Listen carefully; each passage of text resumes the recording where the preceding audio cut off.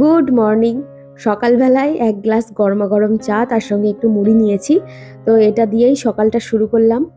নমস্কার, আমি মাম্পি, হোমমেকার মাম্পির আরও একটি নতুন ব্লগে আপনাদের সবাইকে স্বাগত জানাই। আশা রাখছি আপনারা সবাই খুব ভালো আছেন, আমরাও বেশ ভালো আছি। তো আবারও চলে এসেছি নতুন একটা ভিডিও নিয়ে। আশা রাখছি ভিডিওটি আপনাদের খুব ভালো লাগবে। আজ হচ্ছে মঙ্গলবার আর এখন বাজে সকাল 9টা। এখন থেকেই আপনাদেরকে সঙ্গে নিয়ে ভিডিওটি শুরু করলাম। সকালে ঘুম থেকে উঠে ফ্রেশ হয়ে চেঞ্জ করে চা করে নিয়েছিলাম। বিজয়ের আমি চা খেয়ে নিয়েছি, বিজয় চলে গিয়েছে বাজারে। আর আমি এই যে ঘরের কাজে হাত দিয়ে দিয়েছি।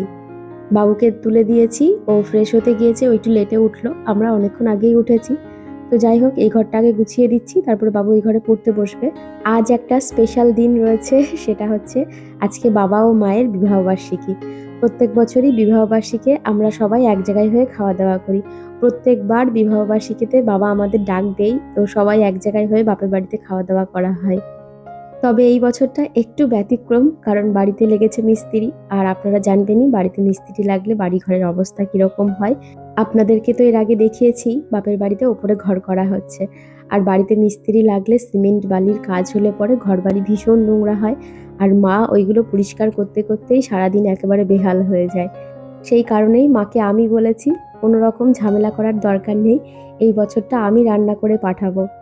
যদিও বাবা মা একেবারেই রাজি ছিল না, তবুও এক প্রকার জোরপূর্বকই বলতে পারেন, আমি আর আমার ছেলে মিলে বলেছি জোর করে যে এবছরটা আমি রান্না করে পাঠাবো। আসলে ছোটবেলার থেকেই দেখে এসেছি বাবা প্রত্যেকটা ডেট খুব ভালোভাবে মনে রাখে, আর ঠিক ডেটের 2-3 দিন আগে আমাদের একবার করে মনে করিয়ে দেবেই।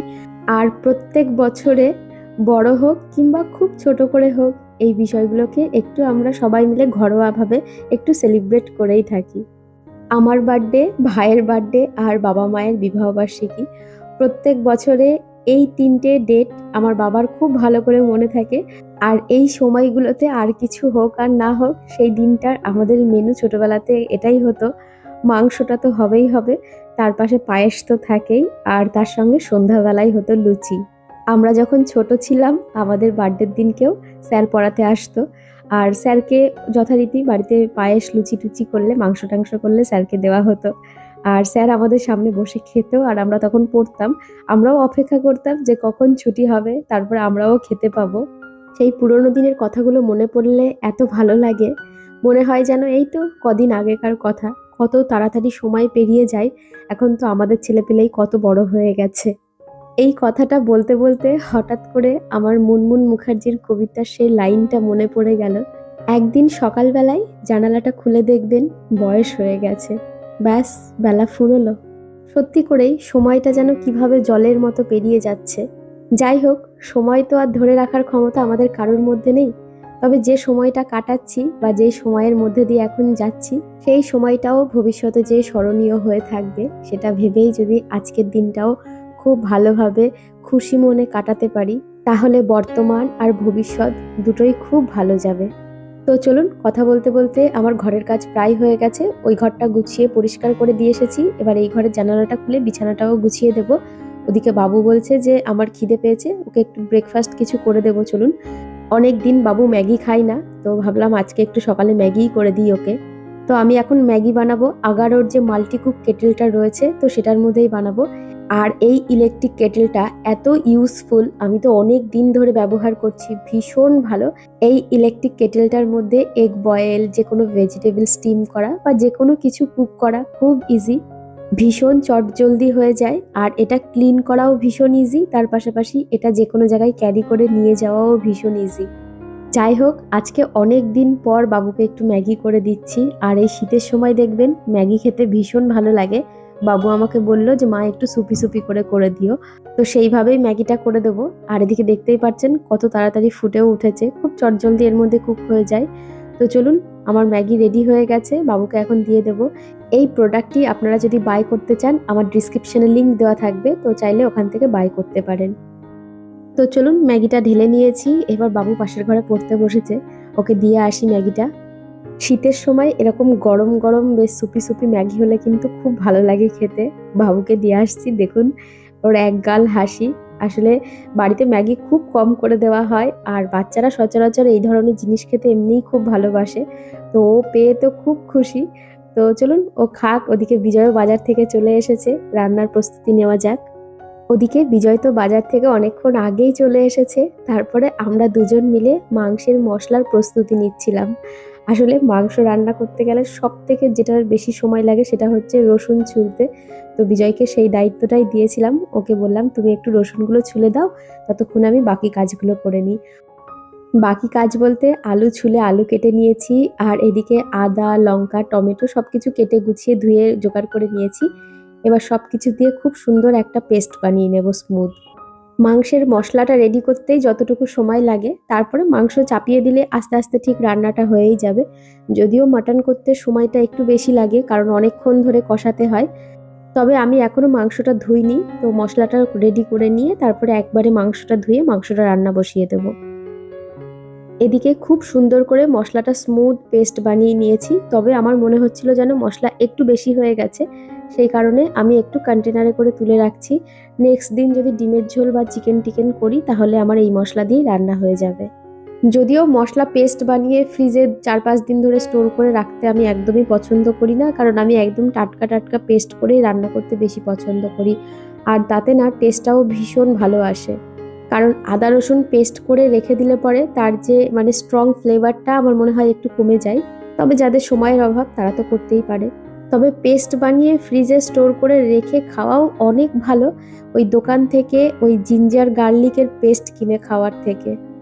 যাই হোক, ওদিকে ভাতটা তো অনেকক্ষণ আগেই বসিয়ে দিয়েছিলাম, তো ভাতটা ফুটেও উঠেছে, আর এদিকে মাংসটা খুব ভালো করে ধুয়ে নিয়েছি, আর কড়াইয়ের মধ্যেই একেবারে সব মশলা দিয়ে তারপরে টমেটো, পেঁয়াজ, লবণ, হলুদ, তেল দিয়ে খুব সুন্দর করে মাখিয়ে নেব। তো চলুন মাংসটা রান্না করতে করতে কিছু কমেন্ট পড়ে নেওয়া যাক। আমাকে এর আগের ভিডিওতে প্রিয়াঙ্কি বোস দিদিভাই কমেন্ট করেছে, পাস্তা বানিয়ে খেয়েছি, খুব খুব ভালো খেয়েছি। আজকে ডিমের কারি আর মেথির শাক, দারুণ খাওয়া। আমি মেথির শাক খুব ভালো খাই জানো তো, ফুচকাটাও দারুণ দারুণ। থ্যাংক ইউ দিদিভাই। হ্যাঁ গো, পাস্তাটা খুব ভালো খেতে, আর মেথির শাক তো আমরাও বাড়ির সবাই খুব ভালোবাসি, আমার ছেলে পর্যন্ত মেথির শাক খুব ভালো খায়। আর আমার এর আগের ভিডিওতে মৌ সিনহা অ্যাকাউন্ট থেকে দিদিভাই কমেন্ট করেছে, তোমার মাছের ঝোলের ভিডিও দেখে আজ আমিও মাছের ঝোল বানিয়েছিলাম, সবাই ভালো বলেছে। থ্যাংক ইউ দিদিভাই, তুমি আমার কথার ওপর ভরসা করে মাছের ঝোল ট্রাই করেছো। যাক, তোমাদের ভালো লেগেছে সেটা শুনেই আমার খুব ভালো লাগলো। আর আমার গত ভিডিওতে বর্ষ রয় অ্যাকাউন্ট থেকে বোন কমেন্ট করেছে, দিদিভাই তুমি কেমন আছো, তোমার ভিডিও আমার খুব ভালো লাগে, ভালো থেকো। থ্যাংক ইউ ডিয়ার, তুমিও খুব ভালো থেকো। আমার ঠান্ডা লাগাটা পুরোপুরি না সারলেও আগের থেকে একটু কম আছে। আর আমার গত ভিডিওতে সুলতা মুখার্জি দিদিভাই কমেন্ট করেছে, জানো তো মাম্পি, তোমার ভিডিওতে মাঝে মাঝে কমেন্ট করতে পারি না, অপশনটাই আসে না। যাই হোক, খুব ভালো হয়েছে ভিডিওটা, আর ডিম কষা খুব ভালো হয়েছে দেখেই মনে হচ্ছে, আর ফুচকা খুব লোভনীয় খাওয়ার জিনিস। আর জানো তো মাম্পি, তোমার এই নাইটিটা আমার খুব ভালো লাগে, কালারটাও সুন্দর, দেখতেও ভালো। একটু সাবধানে থেকো মাম্পি। আর তোমার মা বাবা কেমন আছেন? কি ভালো লাগে বলো মা বাবা ঘরে এলে আর রান্না করে খাওয়াতে, কি ভালো লাগে। ভালো থেকো আর আমার ভালোবাসা নিও। থ্যাংক ইউ সো মাচ দিদিভাই, তুমিও খুব ভালো থেকো আর আমার অনেক ভালোবাসা নিও। হ্যাঁ গো, বাবা মাকে রান্না করে খাওয়াতে পারলে খুব ভালো লাগে। আর এই যে পিঙ্ক কালারের নাইটিটা আমি পরি, সত্যি এই নাইটিটা খুব সুন্দর। অনেকেই জিজ্ঞেস করেছে যে তুমি কোথা থেকে কিনেছো, লিঙ্কটা শেয়ার করতে। যদিও আমি লোকাল মার্কেট থেকে, আমাদের এখান থেকে এক দোকান থেকে কিনেছি, তো আমি তো লিঙ্ক তো দিতে পারবো না। তবে হ্যাঁ, আমারও খুব পছন্দের নাইটিটা। তবে তুমি যে সমস্যার কথাটা বললে, সব কমেন্ট বক্সে তুমি কমেন্ট করতে পারো না। এর আগেও অনেক কয়েকজন আমাকে বলেছে যে তোমার সব ভিডিওতে কমেন্ট করা যায় না, কিন্তু কেন হচ্ছে বুঝতে পারছি না। বন্ধ হলে পুরোপুরি বন্ধ হওয়ার কথা, তবে কয়েকজন করতে পারে, আবার কয়েকজন করতে পারে না। এটা কি করে ঠিক করবো আমি তো নিজেই বুঝতে পারছি না। যাই হোক, এটা দেখে ঠিক করতে হবে। যাই হোক, ওদিকে তোমাদের সঙ্গে কথা বলতে বলতে আমার একদম মাটন রেডি হয়ে গেছে। লাস্টে নামানোর সময় ঘি আর গরম মশলাটা মিশিয়ে নিচ্ছি।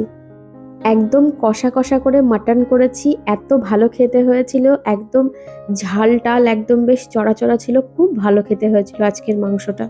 যাই হোক, এখন বাবা মায়ের জন্য বেড়ে বিজয়কে দিয়ে পাঠিয়ে দেব। আবার অনেকক্ষণ পর আপনাদের সামনে এলাম, এখন দুপুরে খেতে বসবো। তো চলুন আজকে রান্নার ফাইনাল লুকটা দেখিয়ে দিই। একদম সিম্পল মাংস আর ভাত, কারণ মাংস হলে তার পাশে আর তেমন কিছু চাইও না, তো সেই জন্যই মাংস আর ভাতই করেছি, আর কিচ্ছু করিনি তার সঙ্গে। আর এই যে আমার মাংসের ফাইনাল লুক, একদম লাল লাল ঝাল ঝাল কষা কষা খাসির মাংস।